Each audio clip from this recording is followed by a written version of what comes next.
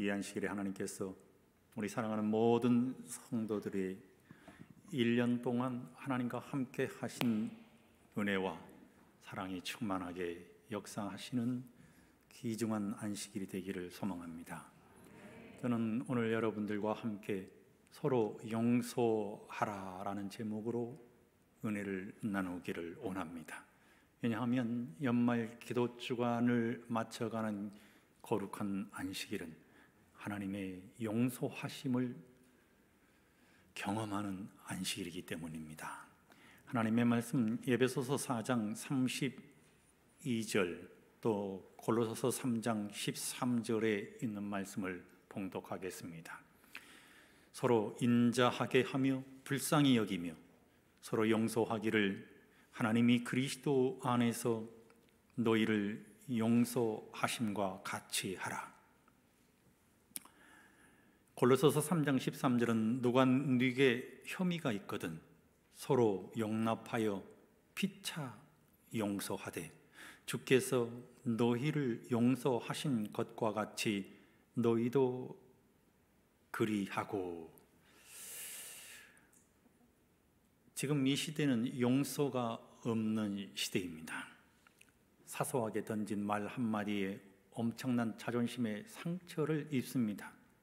무심코 던진 비평 한마디가 가슴에 못이 되어 평생 온수가 되기도 합니다.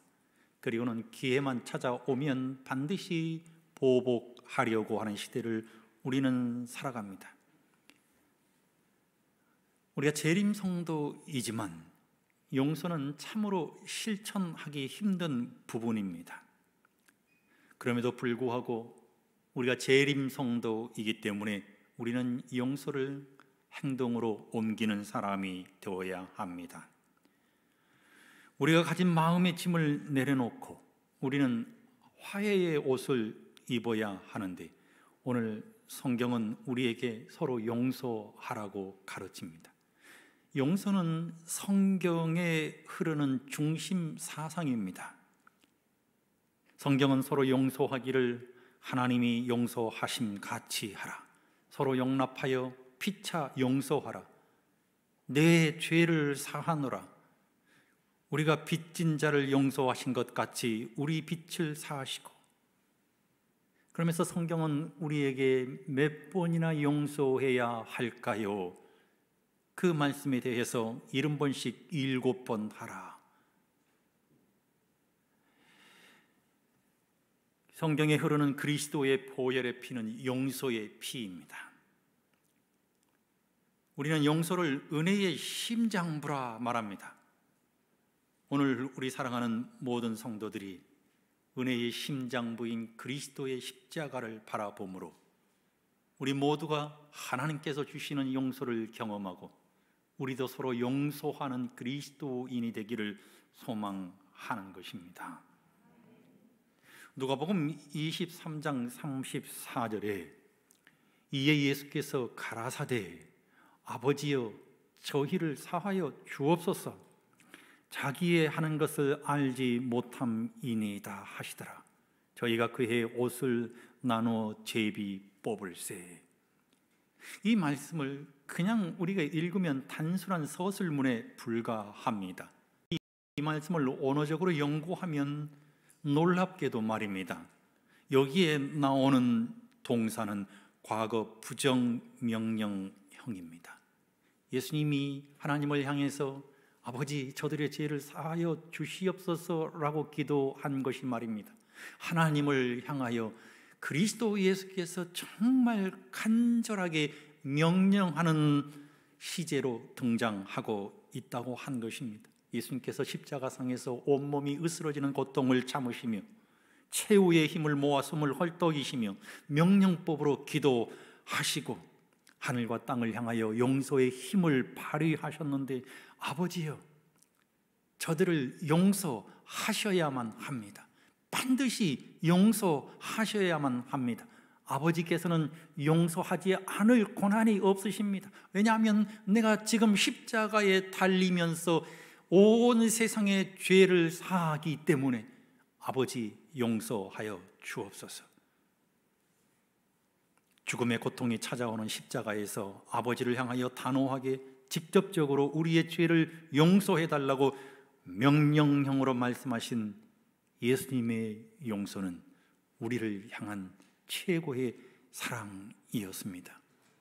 그러면서 예수님은 제자들에게 용서를 가르칩니다.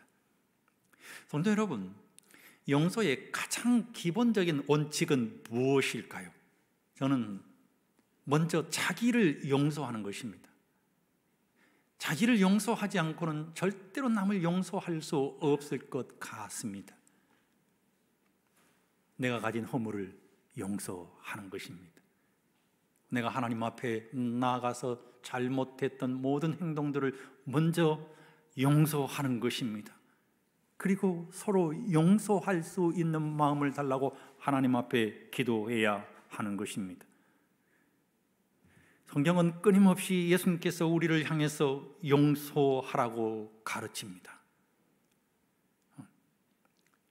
마태복음 6장 14절은 너희가 사람의 과실을 용서하면 너희 천부께서도 너희 과실을 용서하시려니와 서서 기도할 때에 아무에게나 혐의가 있거든 용서하라. 그리하여야 하늘에 계신 너희 아버지도 너희 허물을 사하여 주시리라 하셨더라. 누가복음 6장 37절은 용서하라. 그리하면 너희 용서를 받을 것이요. 예수님이 십자가를 지셨습니다. 우리가 잘 알고 있는 것처럼 십자가는 가로와 세로의 기둥이 있습니다. 신학자들은 가로와 세로의 기둥으로 세워져 있는 십자가를 가리켜서 한편으로는 하나님과 사람을 화해시키고 다른 한편으로는 사람들을 서로 화해시키기 위해서 십자가가 세워졌다고 말합니다. 예수님의 십자가는 하나님과의 평화, 다른 한편으로는 사람들 사이의 평화를 성취하신 교두보이다라고 얘기합니다. 이 말씀의 의미가 무엇이겠습니까? 예수님께서 십자가에 달리실 때 한 손이 못 박힐 때, 그리고 또 다른 한 손이 못 박힐 때 하나님의 이름을 부르고 우리의 이름을 부르시면서 십자가를 통해서, 은혜의 심장부를 통해서, 사랑의 보혈을 통해서 우리의 모든 죄가 하나님 안에서 이루어지시기를, 속해지시기를, 우리가 용서드려지기를 예수님께서 기도한 것입니다. 그 결과로 성소의 휘장이 둘로 갈라지지 않았습니까? 그 예수님께서 우리가 용서함 받았으니 우리도 용서하는 신앙의 삶을 살라고 말씀하시는 것입니다. 누가복음 11장 4절은 우리가 우리에게 죄 지은 자를 용서하오니 우리 죄도 사해 주십시오. 그리고 우리를 시험에 들게 하지 마옵소서. 누가복음 17장 3절은 너희는 스스로 조심해라. 만일 내 형제가 죄를 범하거든 경계하고 회개하거든 용서하라. 4절은 만일 하루 7번이라도 내게 죄를 얻고 7번 내게 돌아와 내가 회개하노라 하거든 너는 용서하라 하시더라. 왜냐하면 예수님께서 용서를 경험하신 분이기 때문입니다. 로마서 3장 25절에 이 예수를 하나님이 그의 피로 인하여 믿음으로 말미암는 화목 제물로 세우셨으니 이는 하나님께서 길이 참으시는 중에 전에 지은 죄를 간과하심으로 자기의 의로우심을 나타내려 하심이니 라고 기록했습니다. 하나님이 우리를 용서하시기 위해서 그리스도 예수를 화목제물 삼으신 것입니다. 예수님이 십자가에서 화목제물로 우리를 대신하여 돌아가심으로 인해서 우리의 모든 죄가 간과되었다는 의미인 것입니다. 예수님은 먼저 우리의 죄를 십자가상에서 용서해 주셨습니다. 예수님은 용서의 대가를 십자가에서 지불해 주셨습니다. 예수님은 십자가에서 모든 우리의 과거를 청산하셨습니다. 그리고 우리의 모든 과거를 기억하지 않으시겠다고 말씀하셨습니다. 현재에도 십자가의 은혜는 계속해서 흐르게 되는데 하나님께서 우리를 더욱 사랑해 주실 뿐만 아니라 미래의 보장도 해주셨는데 더 놀랍게 우리를 하늘에서 하나님의 백성으로 삼아 주셔서 그리스도 예수와 영원토록 새 하늘과 새 땅에서 함께 살아갈 회복을 말씀해 주셨습니다. 그러므로 하나님의 용서를 경험한 우리도 용서의 사람이 되어야 하는 것입니다. 우리의 가정에서 서로 용서하고 용서받는 용서의 사람이 되시기를 주님의 이름으로 간절히 소망합니다. 우리가 살아가는 공동체에서 서로의 용서를 실행하는 행복을 누리시기를 축원드리는 것입니다. 1944년 미국 텍사스 달라스 제1 침례 교회는 엄청나게 큰 교회였습니다. 그런데 35세의 젊은 담임 목사님이 부임에 와서 목회를 했는데 너무나 목회를 잘 하셨습니다. 그런데 특이하게도 이 목사님은 사냥을 좋아했습니다. 어느 날 사냥을 나갔는데 말입니다, 노루 한 마리가 숲속에서 왔다 갔다 하는 것을 보았습니다. 목사님은 노루를 향해서 총을 쏘았는데 나중에 노루를 취하기 위해서 가서 보았더니 노루가 아니라 사람이라는 사실을 알게 되었습니다. 목사님은 죄책감과 좌절감을 이기지 못하고 사직서를 교회에 제출했습니다. 전도에 유망한 젊은 목사님이 한순간의 실수로 목회직을 그만둘 수밖에 없게 된 것입니다. 이런 목사님을 어느 교회가 받아주겠습니까? 우리 교회가 용서하지 않으면 목사님은 평생 갈 곳이 없습니다. 우리 모두 이 목사님을 한 번만 더 용서하고 한 번 더 기회를 드리면 안 되겠습니까? 온 성도들이 하나가 되어서 목사님을 보호했습니다. 그리고 용서했습니다. 교인들의 용서로 목사님은 계속 교회에 남아서 하나님의 말씀을 선포할 수 있게 되었고, 이 목사님의 목회 철학이 바뀌게 되는데 그 목회 철학은 용서였습니다.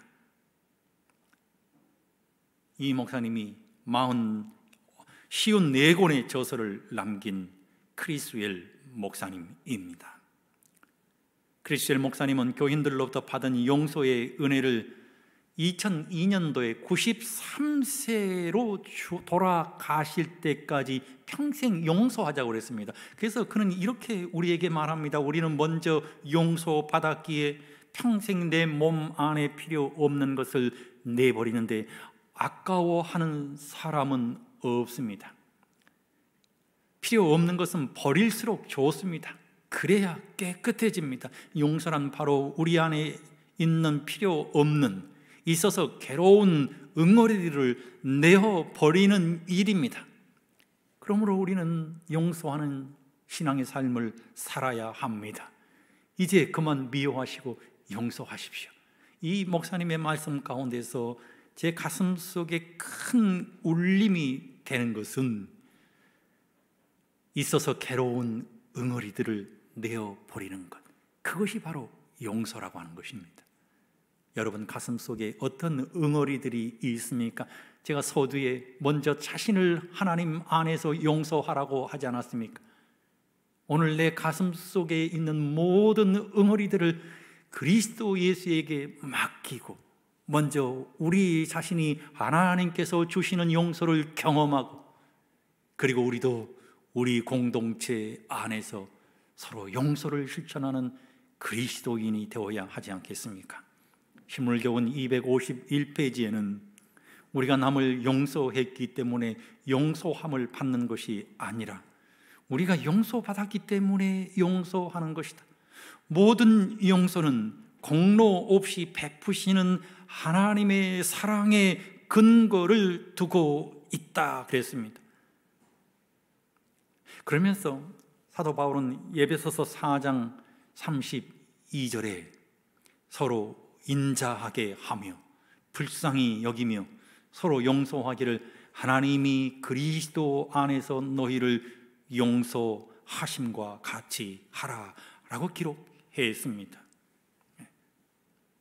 예수님은 주기도문을 우리에게 가르쳐 주시지 않았습니까?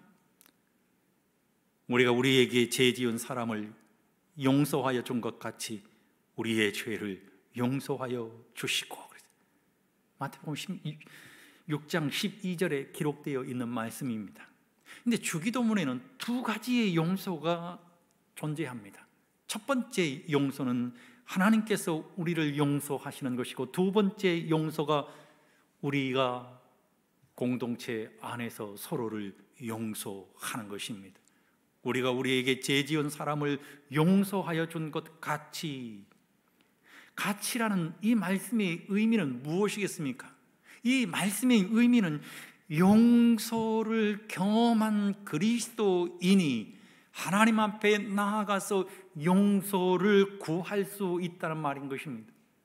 그러므로 우리 모든 행복한 그리스도인들이 용서를 먼저 경험함으로 우리가 우리에게 죄 지은 사람을 용서해 준 것 같이 하나님의 용서를 구할 수 있는 위대한 믿음의 성도들이 되시기를 소망드리는 것입니다.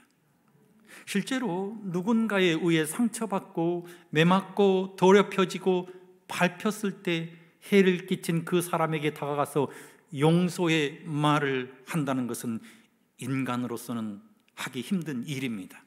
아니, 그럴 힘이 없습니다. 그러나 부자연스럽더라도 이미 실현된 복음의 약속인 용서를 시도하려고 애쓴다면 하나님의 용서가 선물로 임할 것입니다. 어느 신학자가 이렇게 말했습니다. 신약에서 우리는 항상 불가능한 것을 행하라고 명령받는다. 사랑하라, 섬기라, 용서하라. 우리가 이런 명령을 받는 이유는 우리 자신의 힘으로 할 수 있기 때문이 아니라 하라고 명령받은 것을 실천하도록 노력하다 보면 은혜의 선물로 그것을 받을 수 있기 때문이다. 그렇지 않겠습니까? 우리 힘으로는 용서할 자신이 없습니다. 그런데 하나님께서 나와 함께 하시고 내가 서로 용서하려고 노력하면 말입니다. 사랑하는 아내에게, 사랑하는 남편에게, 사랑하는 자녀에게 용서할 수 있는 힘이 생기는 것입니다.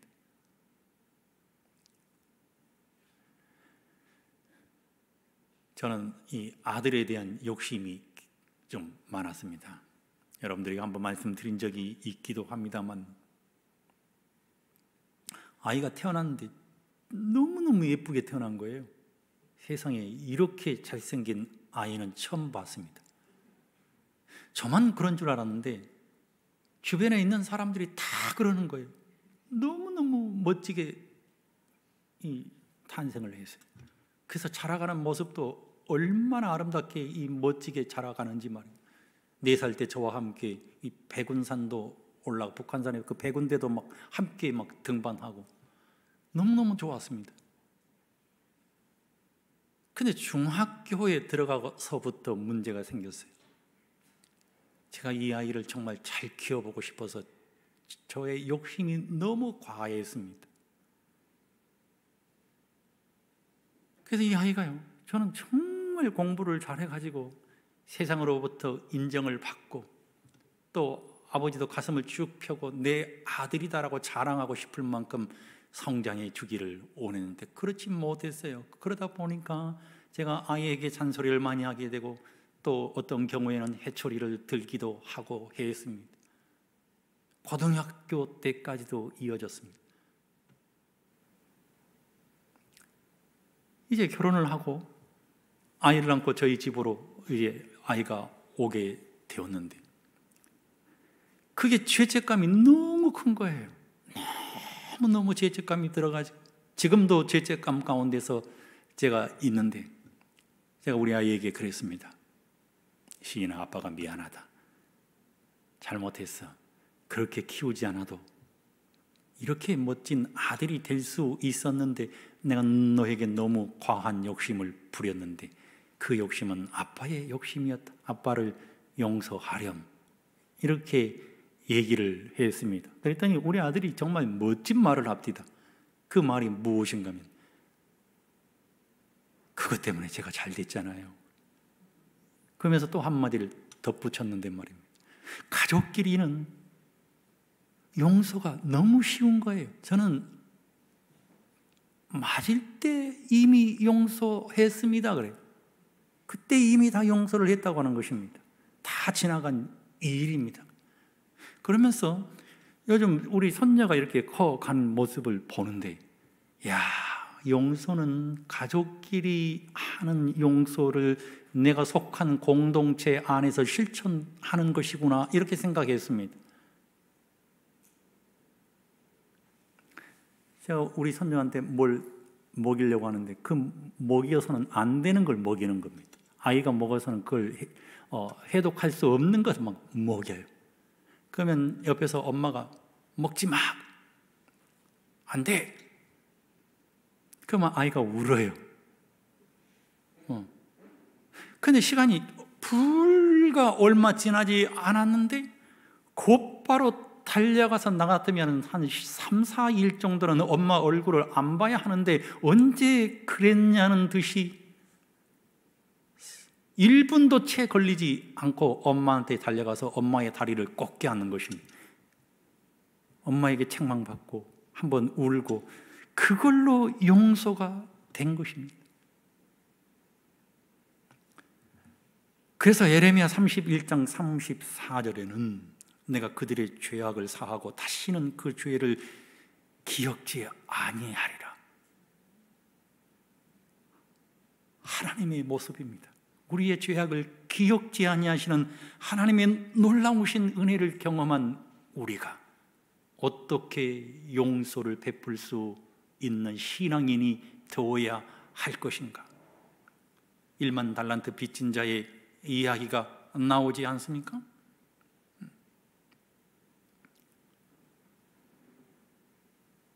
우리는 용서받았을 뿐만 아니라 모든 것을 소유한 하나님의 자녀입니다. 우리의 행위로가 아니라 오직 하나님의 은혜로 엄청난 죄를 용서받았을 뿐만 아니라 하나님을 아버지라고 부를 수 있는 존귀한 자가 되었습니다. 하나님의 용서하심으로 말입니다. 저는 오늘 연말 기도 주간을 마쳐가는 이 거룩한 안식일에 먼저 우리 모든 사랑하는 성도들이 지난 1년 동안 허물로 뒤덮였던 우리의 모든 것들이 주님의 은혜로 용서함을 경험하고, 그리고 우리 스스로도 공동체 안에서 서로를 용서하며 서로를 고백하고 서로 사랑 안에 거할 수 있는 믿음의 성도들이 되시기를 소망합니다. 미로슬라브 볼프라고 하는 사람이 베품과 용서라고 하는 책을 썼는데, 거기에 복 있는 사람에서 이런 글을 썼습니다. 이슬람교를 믿는 터키 군인들이 기독교를 믿는 아르메니아 한 마을을 급습해서 수많은 사람들을 학살한 사건을 전합니다. 터키의 한 장교가 부하들을 인솔해서 아르메니아 한 가정을 약탈했습니다. 자식들이 지켜보는 가운데 늙은 부모를 죽였고 딸들은 부하들에게 놀이개로 주었습니다.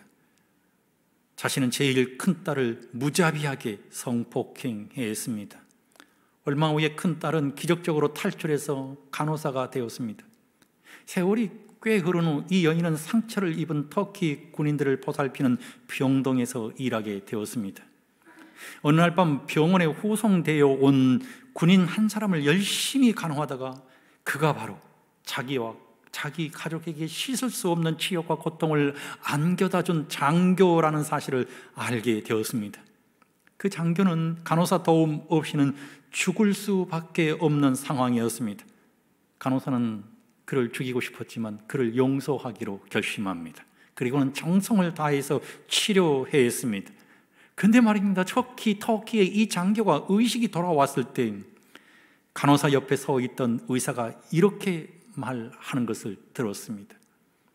이 간호사의 정성 어린 간호가 없었더라면 당신은 이미 죽었을 것입니다. 장교가 간호사의 얼굴을 쳐다보았습니다. 그리고 간호사에게 이렇게 물었어요. 당신은 왜 나를 죽이지 않고 살려두었소? 그때 간호사가 그리스도인의 대답을 합니다. 나는 내 원수를 사랑하라고 가르쳐 주신 예수 그리스도를 따르는 사람이기 때문입니다.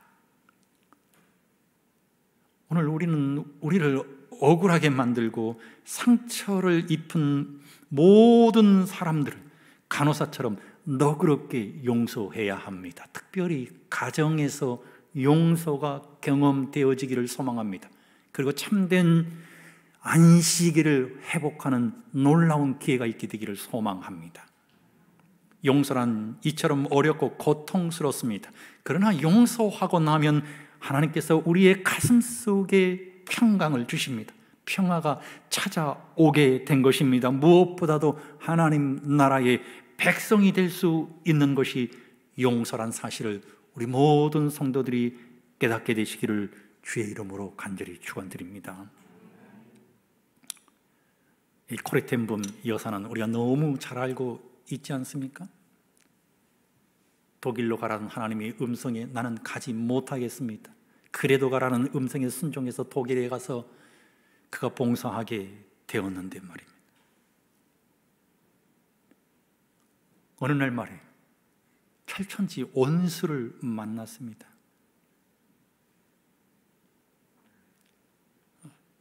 심장이 먹고 온몸에 피가 거꾸로 흐르는 것 같았습니다. 강제 수용소에서 자기에게 무시무시한 고통을 가한 악명 높은 강제 수용소 감독이었기 때문입니다. 수많은 사람들이 이 사람에게 강간을 당했고 또 죽었습니다. 이 남자는 코레 텐 붐을 알아보지 못하고 그냥 스쳐 지나가는데 손을 내밀었는데 코레 텐 붐은 정말 이 갈등을 했습니다. 어떻게 해야 할까? 그때 하나님의 용서가 생각났습니다. 하나님께서 용서하라고 하셨지. 그래서 손을 내밀었습니다. 그때 그가 이렇게 얘기를 합니다. 네덜란드 사람인 당신이 전쟁 때 우리 독일 사람이 저지른 죄를 용서하고 복음을 전해 주어서 얼마나 기쁜지 모릅니다. 저는 죄를 많이 지은 사람입니다. 죄를 용서받고 새 사람이 되기 위해서 오늘 주님 앞에 나왔으니 저를 위해서 기도해 주십시오. 오늘 주님 앞에 나왔으니 그 순간 코레 텐 붐 여사는 말입니다. 하나님께서 만일 내가 이 사람을 정죄하고 이 사람을 저주하고 이 사람 앞에서 분노를 표시했다면 그가 평생 그리스도인이 될 수 없었을 것인데 그 사람에게 손을 내밀었더니 오늘 주님 앞에 처음으로 나왔으니 기도해 주시오. 성도 여러분, 저는 용서란 이런 것이라고 생각 들어갑니다. 손을 내밀어 주는 것입니다. 손을 내밀어 줄 수 없는 상황인데 손을 먼저 남편에게, 아내에게, 성도에게 내밀 때 우리에게는 벅찬 희열의 감동이 가슴속에 평화가 찾아오게 된다고 하는 사실인 것입니다. 그래서 실물교훈 251페이지에서는 이렇게 기록했습니다. 우리가 남을 용서했기 때문에 용서함을 받는 것이 아니라 우리가 용서받았기 때문에 용서하는 것이다. 모든 용서는 공로 없이 베푸시는 하나님의 사랑의 근거를 두고 있다. 그러나 다른 사람에 대한 우리의 태도로서 우리가 과연 그 사랑을 내 것으로 삼는 여부를 증거하게 된다 그랬습니다.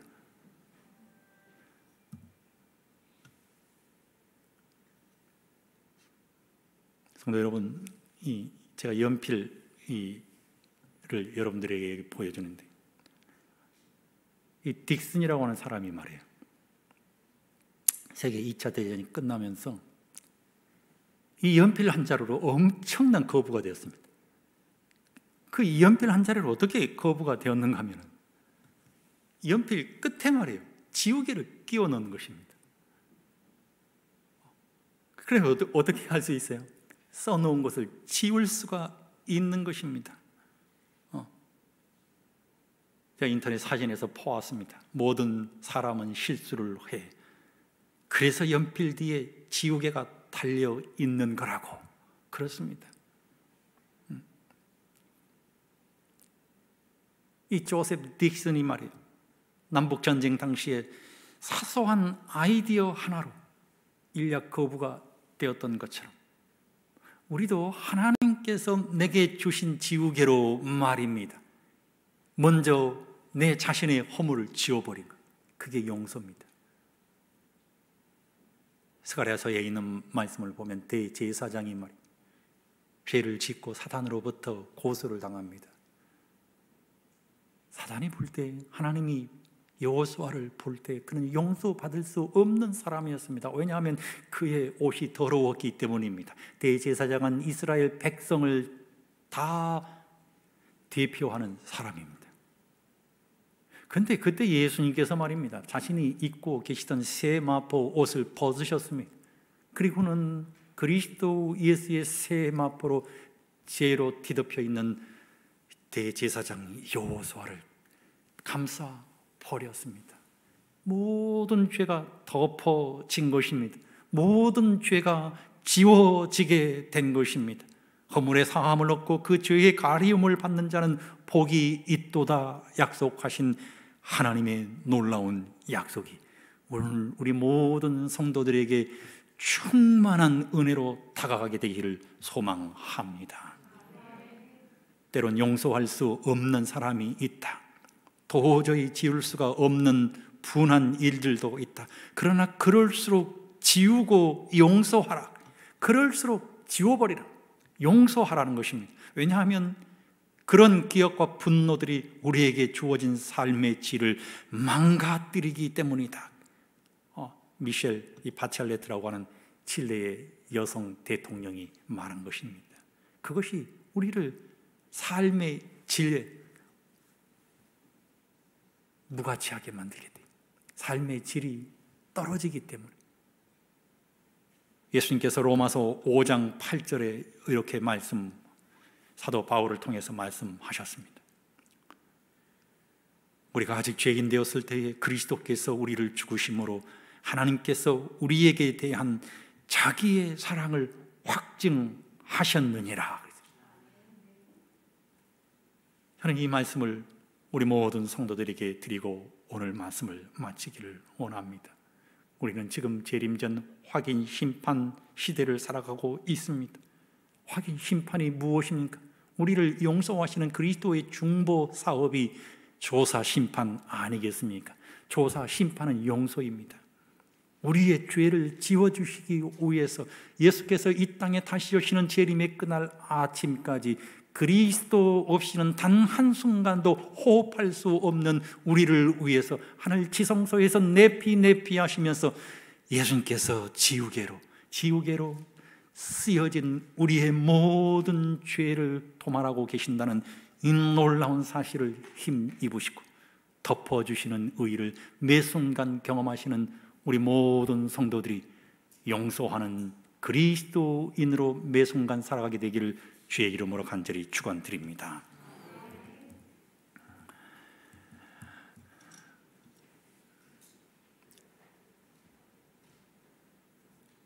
(223장) 찬양을